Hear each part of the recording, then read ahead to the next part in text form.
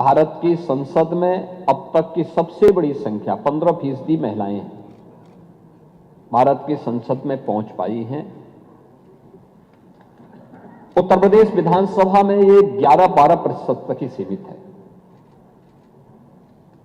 अगर इसी संख्या को हम बढ़ा करके 33% अनिवार्य रूप से कर लें और कुछ अन्य महिलाएं भी अगर आएंगी तो वह संख्या 35 से 40% तक पहुंच सकती है, जो आधी आबादी के अनुरूप मिलने वाले उनके अधिकार के साथ साथ महिलाओं से जुड़े हुए महत्वपूर्ण मुद्दों पर चर्चा कर सके।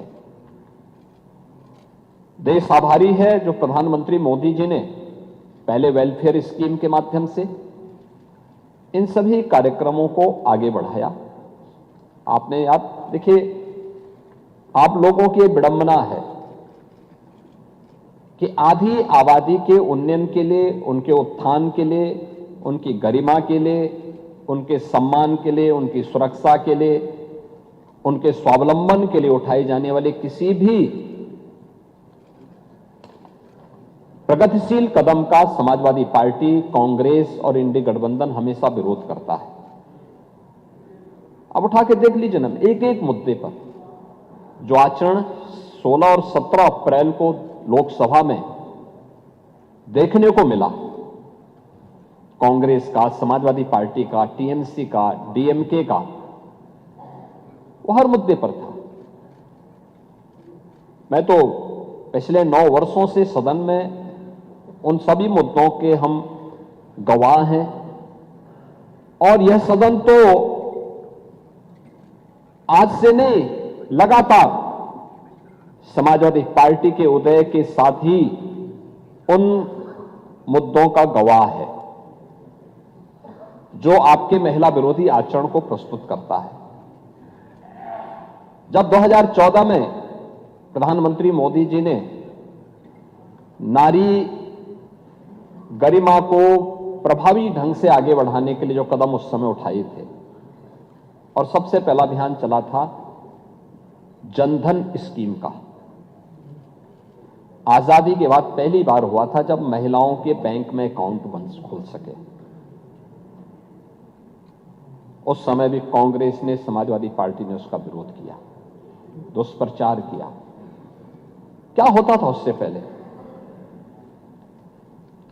एक महिला जो बैंक में जिसका अकाउंट नहीं था, अगर सरकार की किसी लाभार्थी परक योजना से जुड़ती थी तो आधा भी उसको लाभ नहीं मिल पाता था।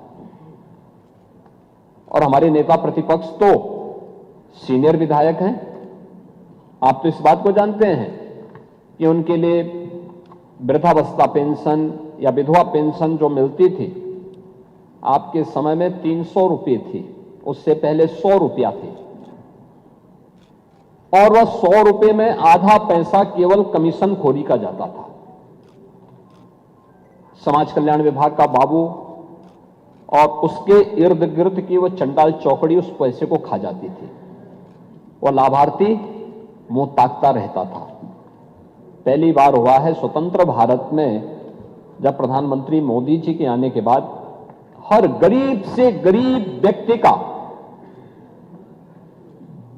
जीरो अकाउंट खुला, जीरो बैलेंस में अकाउंट खुला, उसको मार्जिन मनी देने की व्यवस्था की गई, और देश के अंदर 30 करोड़ नारी के लिए बैंक अकाउंट खोले गए। आप लोगों ने तब भी मजाक बनाया था, तब भी आप लोगों ने इसका मजाक बनाया था कि साहब देखिए ये अपमान हो रहा है महिलाओं का। कहां है 15 लाख रुपए? यही तो कहा था आप लोगों ने, ये मुद्दे उछाले थे।